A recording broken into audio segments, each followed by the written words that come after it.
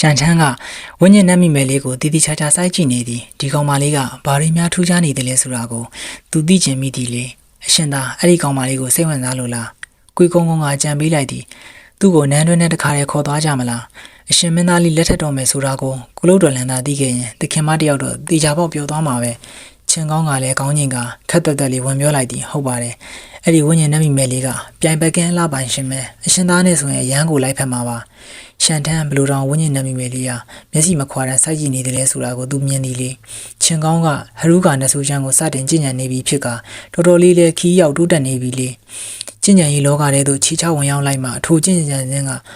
ဘလောက်အစွမ်းထက်ပြီးဘလောက်အဖိုးတန်မှန်းကိုချင်းကောင်းနားလေသွားတော့သည်သို့တော့တစ်ချိန်တည်းမှာပဲချင်းကောင်းတယောက်ပိုးပြီးစိုးရိမ်လာမိသည်မင်းသားလေးကသူ့အသက်ကိုကယ်ခဲ့ပြီးဒီလိုရှားပါးချမ်းတစ်ခုကိုပင်တင် जा ပေးခဲ့သည်ထိုကျင်နာမှုနှင့်ကျေးဇူးတရားတို့ကိုသူပြန်မဆက်နိုင်သေးပြီတကယ်လို့သာမင်းသားလေးကသူ့ကိုအိတ်ဆောင်မှာခါစားဖို့ပြောလာခဲ့ရင်ငါလေးဘာလုပ်ရမလဲဒီအတွေ့အများကြောင့်ချင်းကောင်းကရှန်ထန်းတယောက်ဝင်းညင်နှက်မိမယ်လေးပေါ်မျက်စိကျသွားစေဖို့ကိုမျှော်လင့်နေမိသည်ဒီလိုဆိုလို့ရှိရင်အားလုံးအတွက်ကောင်းသွားမည်လေရှန်ထန်းကတော့ချင်းကောင်းပါလေတွေးနေတယ်မသိချပေတီများသိခဲ့ရင်ချင်းကောင်းဘလောက်ပဲကန်ကောင်းကောင်းရှန်ထန်းကသူ့ကိုတေချာပေါက်အပြည့်ရှင်းပြလိုက်မိတာ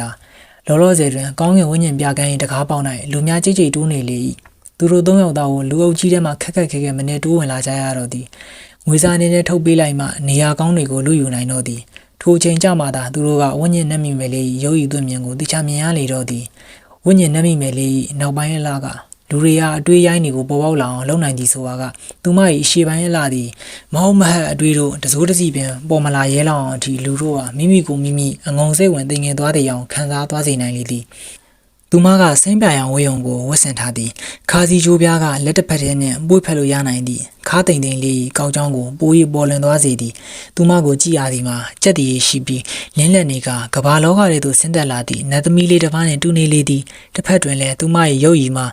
မိုးနတ်မင်းကြီးထုစစ်ဖန်ဆင်းထားသည့်အပြောင်မြောက်ဆုံးလက်ရတစ်ခုပမာအင်မတန်ဖြူစင်လှပလွန်းလေသည်သူမ၏မျက်ဝန်းသူမ၏အပြုံးသူမ၏အကြည့်တစ်ချက်သူမ၏အရာအလုံးကတောက်ပနေသည်အောင်ပင်သူမ၏ရုပ်ရည်ဒီကရှန်ထန်းကိုပင်ရှင်နိုင်နေလေသည်အံ့ဩစရာကလူတိုင်းကဝိညာဉ်နှက်မိမယ်လေးကိုမြင်ကျင်နေသည်တော့လည်းမဟုတ်ပေဥပမာကတော့ကောင်းကင်ဝိညာဉ်ပြကန်း၏ဆိုင်ပိုင်ရှင်တတိဆုံမင်းနှက်မိမယ်လေးမင်းဘာဖြစ်လို့ရောက်လာပြန်ရတာလဲတတိဆုံကဝိညာဉ်နှက်မိမယ်လေးကိုမြင်လိုက်ရတော့ပြုံးပြနေသည့်သူ့အပြုံးမျက်နှာကြီးမှာငိုနေသည့်ထက်ပင်ရုပ်ဆိုးနေလေအရင်တစ်ခေါက်ကမင်းရလိုက်တဲ့လက်ရမြောက်နီလာကြောက်သုံးချောင်းတောက်ဆင်ကျုံမှာလာဝက်လုံးလုံးအစိမချမ်းမသာဖြစ်နေခဲ့ရတာဝိညာဉ်နှက်မိမယ်လေးကခရီးလေးပြုံးပြလိုက်သည်ထိုအခိုက်ပုရိသများမှာငေးမောမင်းသက်သွားကြတော့သည်တတိဆုံးစီမှာအည်အသွေးကောင်းတဲ့ဝိညာဉ်တက်တူရိုင်းတုံတော့ထက်ရောက်နေတယ်လို့ကြားလို့လေအဲ့ဒါလေးတွေကိုကြည့်ရအောင်တကူးတကလာခဲ့တာဆိုင်မပိတ်ဘူးဆိုမှတော့အယောင်းဝယ်လို့ရရမှာပေါ့ဘာလဲတတိဆုံးကကျမကိုမကြိုးစိုးဘူးလားအမလီမဟုတ်တာဗျာမကြိုးစိုးပဲနေရပါမလားနမိမယ်လေးကျုပ်ကိုတနာညာတာပေးဖို့ပဲမျှော်လင့်မိတာပါတတိဆုံးကအချွေးစည်းများကိုတုတ်လိုက်တော့သည်အဆုံးမဲ့ဝိညာဉ်ဥယျာဉ်ထဲတွင်ဝိညာဉ်နမိမယ်လေးကိုအပြစ်ပြူရသည်သူဆိုလို့လူနည်းစုသာရှိလေသည်ဝိညာဉ်နှက်မိမယ်လေးကိုသူ့ဆိုင်နဲ့အဝင်မခံပဲနေကြည့်လိုက်ပါလားသူမကတန်းတန်းဆွဲနေသည့်ထိုပရိသတ်များကသူ့ဆိုင်ဝင်ပေါဝါကိုလာပိတ်ကြပေလိမ့်မည်ဝိညာဉ်နှက်မိမယ်လေးကအကောင်းကင်ဝိညာဉ်ပြခန်းထဲသို့ဖြည်းဖြည်းချင်းလမ်းလျှောက်ဝင်သွားလိုက်တော့သည်သူမ၏မျက်လုံးများကတော့ဝိညာဉ်သက်တူရိုင်းတုံးများနှင့်ပြည့်နေသည့်အယောင်စင်များအကဲခတ်နေလေသည်သူမ၏မျက်လုံးတွေကရွှေရောင်လင်းတစ်ခုနှင့်အတူရေးရေးလေးတောက်ပနေသည်ရုတ်တရက်အံ့ဩရည်ရွယ်သံများကိုလူအုပ်ကြီးထဲမှကြားလိုက်ရတော့သည်ရွှေအောင်လက်နေတဲ့မျက်လုံးတွေမဟုတ်မှလွယ်ရောဒါကတက်တူရိုင်းထိုးထွင်းသည့်မျက်လုံးဆိုတဲ့ဝိညာဉ်တက်တူရိုင်းတုံးအကဲဖြတ်သူတွေရဲ့အထွတ်အထိပ်နည်းပညာရဲ့များလားပြောကြတာတော့တက်တူရိုင်းထိုးထွင်းသည့်မျက်လုံးကျင့်စဉ်ကိုကျွမ်းကျင်တက်မြောက်သွားလို့ရှိရင်တက်တူရိုင်းတုံးတွေကိုကြည့်ရတာကကောင်းကင်ကြီးကြီးပြနေသလိုမျိုးကိုကြည်လင်သွားတာဆိုပဲဘာအတားအဆီးမှမရှိတော့ပဲတက်တူရိုင်းတုံးတွေတဲကိုဖောက်မြင်နိုင်သွားရောတဲ့ပြိုင်ဘက်ကင်းပညာရဲ့လို့တောင်ပြောရမယ်အဲ့လိုမျိုးနည်းပညာရဲ့ကို16နှစ်ပဲရှိသေးတဲ့အချိန်မှာသင်ယူနိုင်တာတကယ်ကိုဝိညာဉ်နှက်မိမယ်လေးတော့ခေါ်ထိုက်ပါပဲလူအုပ်ကြီးပြောဆိုနေကြသည်ကိုနားထောင်ပြီးနောက်ရှန်ထန်းကိုကြည့်ရသည်မှာအတွေးနဲ့နေရန်ရှိလေသည်ဝိညာဉ်နှက်မိမယ်လေးကတက်တူရိုင်းတုံးတွေကိုရွေးဖို့သူမအစွမ်းကိုသုံးတဲ့အတွက်ကြောင့်များလားသူမကတခြားလူတွေလိုမျိုးကံအပေါ်မူတည်နေတာမဟုတ်ဘူးဒါကြောင့်မို့လို့ငါကသူမရဲ့ကံအပြောင်းလဲအခွင့်အရေးကိုမမြင်နိုင်တာလားဒါပေမဲ့ဒီအဖြေကြီးကလည်းအတင်းထွေးယူနေတယ်လို့မျိုးကြီးရဲ့ရှန်ထန်းကမတင်ကားတဲ့မျက်လုံးတွေနဲ့ဝိညာဉ်နှက်မိမယ်လေးကိုတဆိုင်မက်မက်စိုက်ကြည့်နေပါတော့တယ်။သူမကတော့ကောင်းကင်ဝိညာဉ်ပြကန်းမှသူမလိုချင်သည့်ဝိညာဉ်တက်တူရိုင်းတုံးကိုရှာတွေ့သွားလေပြီ။ကျမရွေးပြီးသွားပြီဒီတစ်ခုပဲ။ထို ထိုတက်တူရိုင်းတုံးမှာလူကောင်းလောက်ကြီးလေသည်မိခိုးမဲအောင်ဖြစ်ကလုံးဝမွဲချောင်နေပြီးတတိထားမိခြင်းစရာပင်မရှိပေထိုတက်တူရိုင်းတုံးကိုစင်မော်တွင်ပင်တင်မထားကြ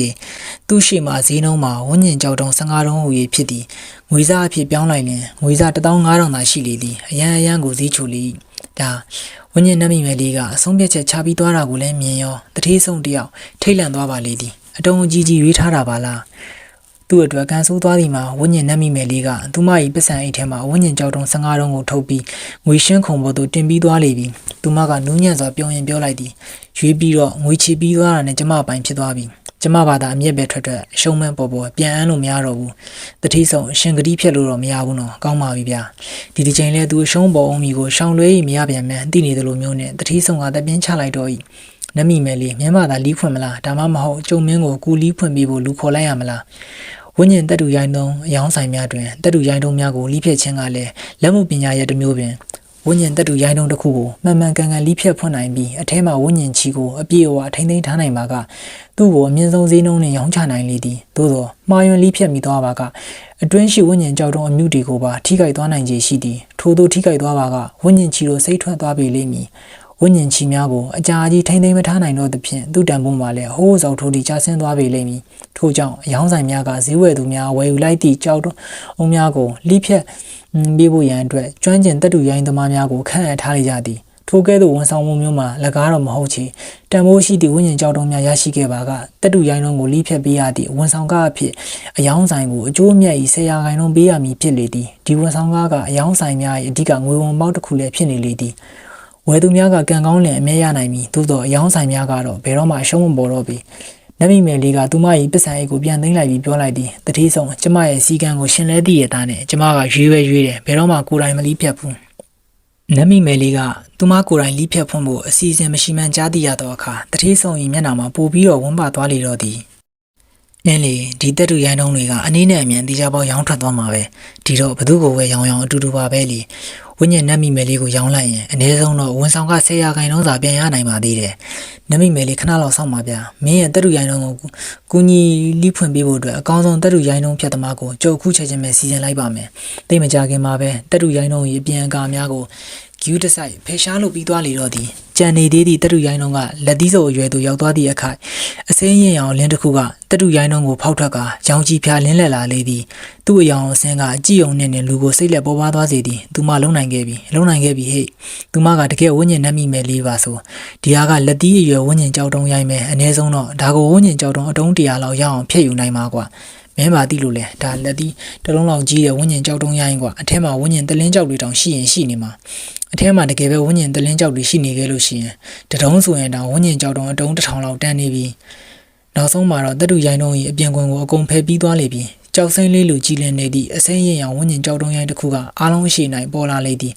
ဝိညာဉ်ကြောက်တုံးရိုင်းရင်လေတက်တဲ့နိုင်အစိမ့်ရောင်ပဲစီရွယ်တလင်းကြောက်လေးစီမှအလင်းရောင်ခရီးတစ်ခုကိုမြင်နိုင်လေသည်ဝိညာဉ်တလင်းကြောက်ပဲတကယ်ကြီးဝိညာဉ်တလင်းကြောက်တုံးတွေထွက်လာတာဟာ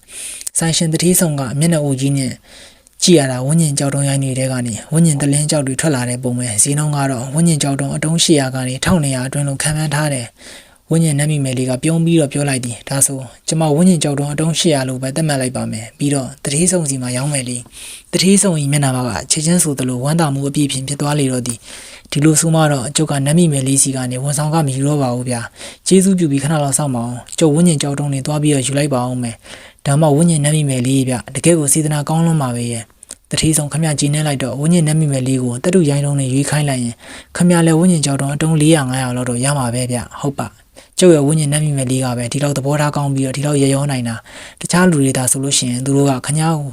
ဝိညာဉ်ကြောက်တုံးတစ်ချမ်းတော်ကိုအယူခံမှာမဟုတ်ဘူးဗျမင်းဘာစကားပြောလိုက်တာလဲမင်းရဲ့ဝိညာဉ်နှက်မိမယ်လေးဟုတ်လားမဟုတ်မဟဲ့ရှောက်မပြောနဲ့ကွာဘာလဲဘာလာကြည့်တာလဲရန်လာစတာလားကွာအခြေအနေတွေကတဖြည်းဖြည်းနဲ့ပို့ပြီးတော့တင်းမာလာတော့သည်သို့တော့ဝိညာဉ်နှက်မိမယ်လေးကတော့တည်ငြိမ်စေတာရာချီသည့်ဝိညာဉ်ကြောက်တုံးများကိုရရှိသည့်အဖြစ်ကသူမအပေါ်ဘာတက်ရောက်မှုမှရှိပုံမပေါ်ကြီးသူမကနှက်မိမယ်တပါးလားတိချဆန်လွန်းသည်တတိဆုံးကစီးပွားရေးလုပ်တဲ့နေရာမှာအရန်ရရောတာပဲကျမနောက်တစ်ခါလဲထပ်လာခဲ့ပါဦးမယ်နော်တတိဆုံးမျက်နှာကြီးတစ်ခါထပ်ပြီးတော့မဲသွားပြန်ရောဝိညာဉ်နှက်မိမယ်လေးကပါဇက်ကလေးကိုအုပ်ပြီးတော့တာယာပြုံးလိုက်ပါတော့တယ်ပြီးတော့ဒီတစ်ခေါက်တတိဆုံးဝယ်လာတဲ့တက်တူရိုင်းတုံးတွေထဲမှာပစ္စည်းကောင်းတွေအများကြီးပါတယ်ရှင်ဝိညာဉ်နှက်မိမယ်လေးကအေးအေးစီစီလက်ပြန်သွားလိုက်တော့သည် ကျမတရက်ကိုတတူရိုင်းလုံးတရုံမှဖွင့်မယ်လို့သစ္စာဆိုထားခဲ့ဘူးတယ်။ဒါကြောင့်ဒီနေ့ဖို့ကျမနောက်တစ်ခုထပ်မရွေးတော့ဘူး။တကယ်လို့များစိတ်ဝင်စားတဲ့သူတွေရှိခဲ့မယ်ဆိုလို့ရှိရင်ကန်ဆန်းကြည့်ပေါ်ရှင်ပြောမရဘူး။ကန်အပြောင်းလဲတွေးခင်အကြီးကြီးကိုတောင်တွေးရင်တွေးနိုင်လောက်တယ်။ဝိညာဉ်နှမိမယ်လေးရဲ့အတန်ပြောက်ကွယ်မသွားသေးခင်သူမကအားလုံး၏မြင်ကွင်းမှာပြောက်ကွယ်သွားနေလေပြီ။ဝိညာဉ်နှမိမယ်လေးနတ်သမီးလေးတစ်ပါးလိုတင့်တယ်ပြီးတီလောက်အောင်လှတဲ့အလှပိုင်ရှင်လေးဝိညာဉ်နှမိမယ်လေးဒီပုံရိပ်ကအားလုံး၏ရင်ထဲအသေးထဲမှာဆွေးမြဲနေပြီလေသူမဟာဆိုလို့ရှိရင်အဖက်ဖက်ကပြည့်စုံကောင်းမွန်နေတဲ့သူလေးပေါ့ဒါကြောင့်ဘယ်သူမှသူမအပေါ်မကောင်းတဲ့အတွေ့အကြုံမတွေးသင့်ဘူးတွေးလည်းမတွေးကြပေလူကြီးကဝိညာဉ်နှမိမယ်လေးထွက်ခွာသွားတာကိုနှမျောတသားနဲ့ကြည့်နေကြတော့သည်သူတို့ကိုကြည့်ရတာရှန်ထန်းရင်ဘွားတော်ကတွေးဘူးတဲ့ဝါသနာဥပရိသတ်တွေအတိုင်းပဲချစ်ခင်ဆွဲလန်းမှုအပြည့်ဆေးအားထက်သန်မှုအပြည့်ယုံကြည်အားကိုးမှုအပြည့်နဲ့ပေါ့ဝိညာဉ်နှမိမယ်လေးပြန်သွားပြန်ပြီငါအချစ်ကလေးလည်းငါ့ကိုထားသွားပြီအိမ်မက်အနေနဲ့မင်းမှာဘာအချစ်မှမရှိဘူးစောစောကဝိညာဉ်နှမိမယ်လေးဘာပြောသွားလိုက်တယ်ကောင်းကင်ဝိညာဉ်ပြကမ်းမှာကံအပြောင်းလဲတွေးခိုင်းနေအများကြီးပဲလို့ပြောသွားထားတာလားလို့ဝိညာဉ်နှမိမယ်လေးကနတ်ပညာရဲ့ဖြစ်တဲ့တတုရိုင်းထိုးထွင်းသည့်မျက်လုံးကိုတက်မြောက်ထားလို့တတုရိုင်းလုံးအားလုံးကိုဖောက်မြန်နိုင်စွမ်းရှိရလေသူမကကောင်းကင်ပြကမ်းထဲမှာတတုရိုင်းလုံးကောင်းနေရှိတယ်လို့ပြောမှတော့တေချာပေါက်ရှိမှာပေါ့ကွာညီနောင်တို့ဒါကငါတို့အတွက်ချမ်းသာနိုင်မယ့်အခွင့်အရေးပဲကွာကျွန်တော်တော့ဟိုရွှေအောင်တတုရိုင်းလုံးကကောင်းတယ်လို့ထင်တာပဲအဲ့ဒါကလက်ရမြောက်ပုံစံရှိနေတဲ့အပြင်လင်းလက်နေတယ်လို့လည်းထင်ရတယ်တေချာပေါက်အထက်မှာယတနာကောင်းတစ်ခုရှိမှာပဲကျုပ်ကတော့အစိမ်းရောင်တဲ့ဟာကပိုကောင်းတယ်လို့ထင်တာပဲအဲ့ဒါကအဖြစ်ဆောင်ပိုက်ထားတဲ့နတ်သမီးလေးတစ်ပါးလိုမျိုးထူးခြားတဲ့ပုံစံရှိနေတယ်ပြောမရဘူးအထက်ကနေနဲ့ထာဝရနတ်သမီးလေးတစ်ပါးထွက်လာရင်ထွက်လာမှာမလူကြတဲ့ငါဟာတွေအားလုံးကငါဟာတွေကထိုအခိုက်အတန့်တွင်ကကောင်းကင်ဝိညာဉ်ပြကန်းတစ်ခုလုံးမှာဝယ်ယူသူအများပြားနဲ့စီကားနေလေတော့သည်ငကိုကမျက်နှာပုံလင်ဖြစ်နေသည့်ဆိုင်ရှင်တတိဆောင်ကအထိုးချိန်မှသာမျက်နှာနင်းနေပြန်ကောင်းလာလေတော့သည်ရှန်ထန်းကတော့ဦးကြောင်ကြောင်ရုပ်ကလေးနဲ့ဝိညာဉ်နှမိမယ်လေးထွက်သွားသည့်ဘက်သို့တန်ရောစင်မပြတ်နိုင်စွာစိုက်ကြည့်နေသေးဖြစ်နေလေ၏သူကဝိညာဉ်နှမိမယ်လေးထွက်သွားတာကိုမခံစားနိုင်သည်မဟုတ်ပေသူမခေါင်းပေါ်ကရောင်ဝါစဝန်းနဲ့ပတ်သက်ပြီးဖြေရှာမရသေး၍သူကစိတ်မတက်မတာဖြစ်နေခြင်းသာကန်ဆိုးလုံးနဲ့မင်းသား73ရဲ့ကံကြမ္မာကိုပြောင်းလဲဖို့အတွက်တခုတည်းသောမျှော်လင့်ချက်မှာကံကောင်းသူများစီကနေသူတို့ရဲ့ကံအပြောင်းလဲခွင့်ရေးများကိုအချောင်မျှဝေယူဖို့ပဲမမျှော်လင့်မဲ့သူကြည့်လုံးမရနိုင်တဲ့ကံပြောင်းလဲခွင့်ရေးရှိသူတယောက်နဲ့ရှန်တန်းလာဆောင်ပြီးသွားလေသည်သူအတွက်သူမကမုံမမှန်ပြောင်းလဲမှုတစ်ခုရှန်တန်းကခံစားမိလေသည်ဒီပြောင်းလဲမှုကသူ့ဟာအင်မတန်ကိုဘေးကင်းလုံခြုံမှုမရှိသလိုမျိုးခံစားရစေသည်အရှင်သာကောင်မလေးကိုအရှင်သာတကယ်သဘောကျတယ်ဆိုလို့ရှိရင်နောက်ကနေလိုက်သွားပြီးတော့ပိုးပန်းပါလား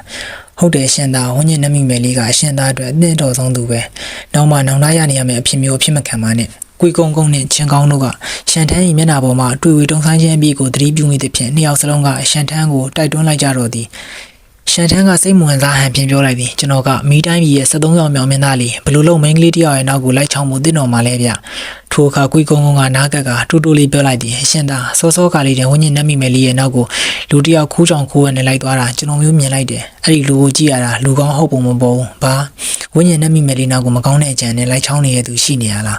ကွေကုန်းကုန်းပြောပြတာကိုကြားလိုက်ရသည့်အခိုက်ရှန်ထန်းတယောက်ချစ်ချင်းဆိုသလိုစိတ်လှုပ်ရှားမှုတို့ပြည့်နေတွေ့ကြသွားတော့သည်ထုံးစံအတိုင်းသာဆိုလို့ရှိရင်အရှက်မရှိတဲ့လူယုံမာတွေကမိမလာလေးတယောက်နောက်ကိုအကြံစိုးနဲ့လိုက်ချောင်းနေပြီဆိုလို့ရှိရင်အနီးနားကနေလမ်းကြုံဖြတ်သွားမယ်ရဲရဲနဲ့ဇက်လိုက်မင်းသားကသူမကိုကယ်တင်လိုက်မှမျိုးမိမချောလေးကလည်းကျေးဇူးတွေရမ်းတင်ပြီးဇက်လိုက်မင်းသားကိုကျေးဇူးဆက်ရအောင်လက်ထပ်ဖို့ကတိပေးလိုက်မယ်ပေါ့ဒီဟာကဝတ္ထုတွေထဲမှာတွေ့မြင်နေကြကန္နဝင်ဇက်ကွက်ကြီးမလား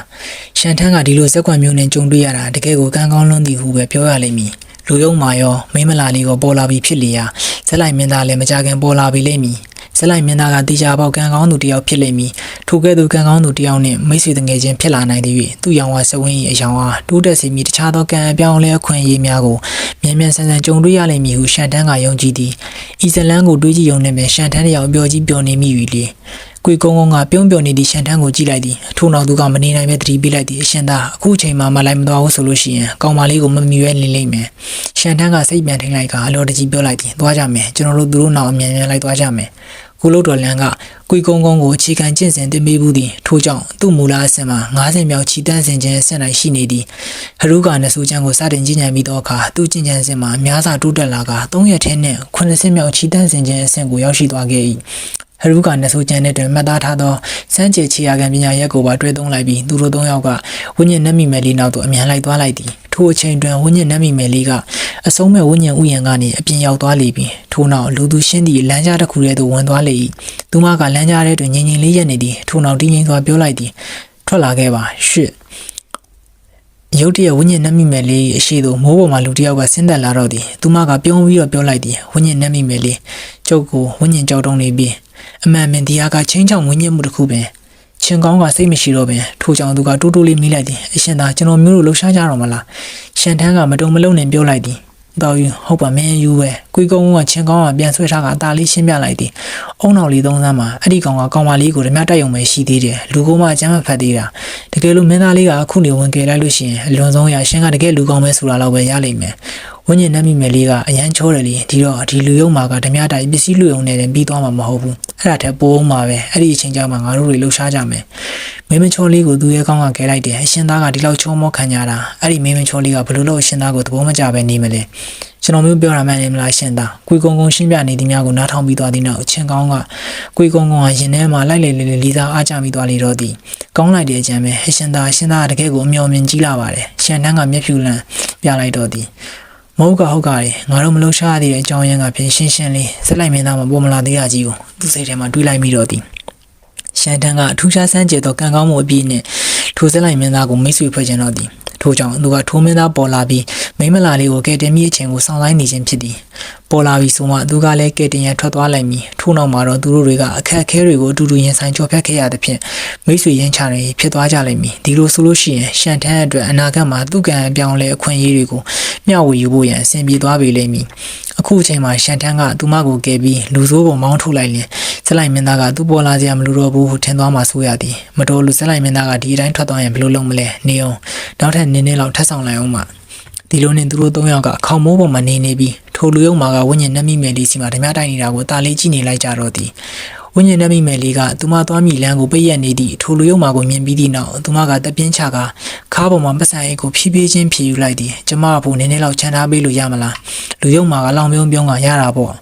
မင်းသားငါမိမလို့ဖို့သဘောတူရင်ဒီဝိညာဉ်ကြောက်တုံးတဲ့လုံးစာကိုတော့မင်းကိုပေးလို့ရတယ်ဟောပေါ်လာပါပြီမိမလာလေးကိုအကျန်းဖတ်မဲ့ကနဝင်စက်ကွေကုန်းကုန်းကအလွန်စိတ်လှုပ်ရှားသွားကအရှင်သားအခုလောက်ဆိုကျွန်တော်မျိုးတို့လှုပ်ရှားလို့ရပြီ16နှစ်ရှိခဲ့ပြီနောက်ဆုံးတော့မင်းသားလေးလည်းရွယ်ရောက်လာပြီးမိန်းကလေးတွေကိုစိတ်ဝင်စားတတ်လာပြီးမင်းသားလေးသာဝိညာဉ်နှက်မိမယ်လေးကိုအောင်မြင်မြင်ကဲတင်နိုင်လိုက်ပြီးသူမအတင်းနှလုံးကိုဖန်ဆားနိုင်သည်မိသားစုမျိုးဆက်ကိုဆက်လက်ထိန်းသိမ်းထားနိုင်လိမ့်မယ်ထိုအချိန်ရောက်လျင်တော့ကုလို့တော်လန်တယောက်ဝမ်းသာသွားပြီးစိတ်ချလက်ချအနားယူနိုင်သွားပြီလိမ့်မည်ချင်းကောင်းကလည်းအရန်ကိုတက်ကြွနေသည်အရှင်သာလှုပ်ရှားကြရအောင်နေအောင်နည်းနည်းလောက်ထပ်ဆောင်လိုက်အောင်ရှန်ထန်းကအလင်းမလို့နေကြီးသူကတီးတီးငြိမ်ငြိမ်ပြောလိုက်သည်အချိန်မကြာသေးဘူးဟိုဇက်လိုက်မင်းသားအခုဒီပေါ်မလာသေးဘူးလေအခြားတစ်ဖက်တွင်ကဝိညာဉ်နှက်မိမယ်လေးကလူယုံမှပြောလိုက်သည့်စကားကိုကြားတော့အခါသူမမျက်နှာမှာချက်ချင်းမဲသွားလေသည်မဖြစ်နိုင်တာဟိမ်မက်ပဲမက်နေလိုက်ထို့သူပြောပြီးရနောက်သူမကလူယုံမှစီသူပတ်ဆိုင်ကိုလမ်းပစ်ပြီးလိုက်ကလှည့်ထွက်သွားရင်ပြင်လိုက်သည်ထူးဆန်းစွာပင်ထိုလူယုံမှကသူမနောက်သို့လိုက်မဖမ်းကြည့်ကွေကုန်းကုန်းတယောက်အပြာခတ်သွားသည်သူကဘာဖြစ်လို့ကောင်မလေးနောက်ကိုလိုက်မဖမ်းရတာလဲရှင်သာကျွန်တော်မျိုးတို့အခုလှူရှားမှဖြစ်တော့မယ်အခုချိန်မှမကဲရင်ဝိညာဉ်နှက်မိမယ်လေးကထွက်သွားတော့မယ်ဒီလိုအခွင့်အရေးကောင်းမျိုးနဲ့တွေ့ကြုံမှုမင်းသား73အတွက်တော်တော်လေးကိုရှားပါလွန်းနေပြီလေဒါကိုဘာကြောင့်မှမင်းသားလေးကဒီလိုအရေးကြီးတဲ့အချိန်မှာအီအောင်ဝါလုပ်နေရတာပါလေရှန်ထန်းကြီးမတုံမလုံးပုံစံကိုကြည့်ကကွေကုန်းကုန်းတယောက်ရင်တွေနာနေသည်ရှန်ထန်းလည်းရင်ကွဲနေမိပါသည်လက်ခွန်းဒါကြီးကငါလေးမျိုးနဲ့ထားတဲ့စက်ကွက်လည်းမဟုတ်ဘူးထုံးစံအတိုင်းဆိုလူယုံမာကဝိညာဉ်နှက်မိမလေးကိုနှာဖို့အပြုံးကြီးနဲ့တားပြီးတော့အတင်းအကျန်းဖတ်ဖို့လုံးဝမှာလေနောက်ပြီးတော့ဇက်လိုက်မင်းသားကအချင်းကွက်ဒီပေါ်လာရမယ်အခုတော့ဒီလူယုံမာကဘလူတောင်သိခါတွေထိမ့်ပြနေရလေအကျန်းမဖတ်ခင်ဝိညာဉ်နှက်မိမလေးကသဘောတူမတူကိုတော်မေးလိုက်သေးတယ်ဟုတ်လားဘာလဲသဘောမတူရနဲ့မင်းကအကျန်းမဖတ်တော့ဘူးပေါ့လိုက်ဖန်ဆန်းမှာအနိုင်ကျင်းဆန်းမှာအကျန်းဖတ်ဆန်းမှာအတင်းပိုင်ဆိုင်မှုစူးစမ်းဆန်းမှာဟာဘယ်မှာလဲမင်းရဲ့လူဆိုးအကြီးချင်းနေဟမ်လူဆိုးဖြစ်တဲ့မင်းကဒီလောက်လွယ်ကူနေမှတော့ဇက်လိုက်မင်းသားကမိမလာလေးကိုကဲမဲ့သူရဲ့ကောင်းဖြစ်လာနိုင်မှာအောင်မနဲ့လားစိတ်ပြက်စရာကောင်းလိုက်တာကွာဝင်းညင်းနှက်မိမယ်လေးကပိုပြီးဝေးသွားလိမ့်ပြီသူမကလမ်းကြားထဲကနေတော့ထွက်သွားတော့မြည်ရှန်ထန်းကတပြင်းချလိုက်တခြားရွေးချယ်တရားမရှိမှတော့သူကိုယ်တိုင်ပဲလှုပ်ရှားရတော့မှာပေါ့ကံကောင်းဒီဇက်လိုက်မင်းသားပေါ်မလာခဲ့တော့လေဝင်းညင်းနှက်မိမယ်လေးကလည်းအနီအောင်ရောင်ဝါစဝန်းရှိသူတယောက်ပဲလေသူသာသူမကိုအခုချိန်မှာကဲလိုက်ပါကတလက်စားတဲ့ဝင်းညင်းနှက်မိမယ်လေးနဲ့မိတ်ဆွေဖွဲ့လို့ရနိုင်လိမ့်မည်သူမ၏ကံအပြောင်းလဲခွင့်ရများကိုပဲမျှဝေကောင်းမျှဝေနိုင်လိမ့်မည်ဒီဟာကဘာမှမရလိုက်တာထက်စားလဲတော့ပိုကောင်းပါသေးရဲ့ဆုံးဖြတ်ချက်ချပြီးတဲ့ညရှန်ထန်းကအကျယ်ကြီးအော်ပြောလိုက်သည်ရုပ်တမကောင်မင်းကနေခင်းကြောင်တော်ကြီးမှာဒီလိုကျင်နာလာပါတဲ့အမျိုးသမီးတယောက်ကိုဓမြတိုက်ဖို့ကြိုးစားရဲတယ်ပေါ့လေရှန်ထန်းကအသက်ပြင်းပြင်းရှူလိုက်ပြီးတဲ့နောက်အခေါင်မိုးပေါ်မှာရုပ်တရက်ခုန်ဆင်းကဝိညာဉ်နှက်မိမယ်လေးရှိသူဆင်းသက်လိုက်တော့သည်